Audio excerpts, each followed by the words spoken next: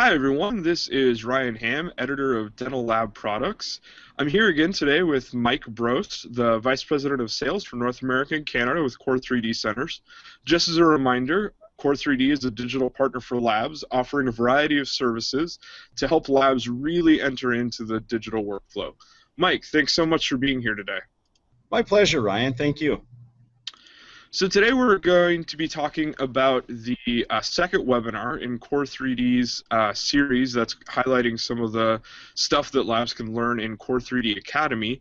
Specifically, we're going to be talking about how labs can deal with digital scan files. If you guys have started dealing with digital files, you know that different file types and different manufacturers, like all of that can get really confusing. This webinar will be hosted again by Randy Savanavong, who's a training expert at Core 3D, and he's going to be taking some questions about the topic in addition to sharing his knowledge. Mike, is there anything else that I forgot that you want to add about the webinar? No, that's a pretty thorough background, Ryan. Essentially, coming off our first successful webinar with regards to the laboratory scanners, this kind of touches on a different side of the equation. It's important, obviously, and really essential that the laboratories embrace the digital technology, but that's in the laboratory. What about the dentists and their clients who are going digital, and how do the laboratories position themselves to work with and receive these files and to become resources and experts for their laboratories in this technology and really sound proficient? That's really what we want to drive home for the laboratories that are going to be joining us on the webinar, is how to really position yourself as the expert for your doctors in this digital arena. Great. What are some of the ways that you've really seen this to be a need among laboratories? Like, what have you heard them say that made you guys think that this is a really important topic to cover? Yeah, that's a great question, Ryan.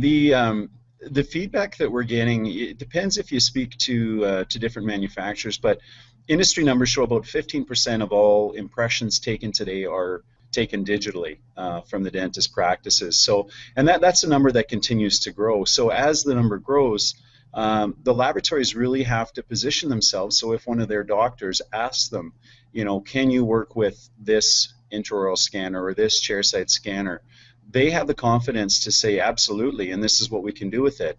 And further to that as well, because the laboratories have the relationship with their dentist. There's a certain level of trust that's been earned, and the dentists look to the laboratories as resources, and they want the input from the laboratories saying, this is what I'd like to do, and which scanner do you think I should work with? Because I want to work with you as my dental laboratory, but I want to make sure that it's something that we can work together on. And that's really important, Ryan. In Randy's experience as a training expert, what does he bring to the table in terms of his knowledge about how to deal with different types of files? Yeah, Randy is fantastic. He's very well versed in all the different scanners. There's a number of scanners that are on the market, and just even in being in Chicago at the Midwinter just the last month or so ago, there's more and more that are coming. And Randy has been at the absolute forefront in working with these technologies and working with laboratories with regards to how to handle the files and integration within their systems, and using our power as Core 3D milling centers to leverage that technology and really offer the full spectrum of digital solutions for the laboratories that are embracing this technology. So Randy is the guy to talk to when it comes to having the discussion on working with chairside scanners for the laboratories. Great. And as Mike mentioned earlier, this is going to be a great topic that's going to tie in with the first webinar that Core 3D did, which was on the topic of how to make sure you're entering into the digital workflow and some suggestions for how to do that well. If you look in the video description below, you'll see a link to where you can watch that webinar and get caught up. Assuming people have seen the first webinar and then want to tune in for this one, what's the best way for them to do that? Yeah, probably the easiest way to do so, Ryan, would be just to follow the registration link below that you see popping up on the screen here shortly. This really is an important webinar, though.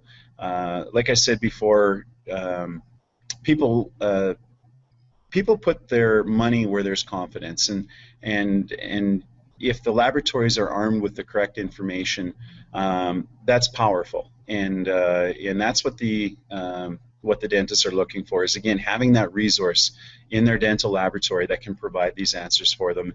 And you don't want to be a laboratory that doesn't have the answers, that is saying, I'm not sure, or let me get back to you. You want to be the laboratory that is absolutely 100% up to speed on the digital workflow and how to accept these files digitally from the dentist.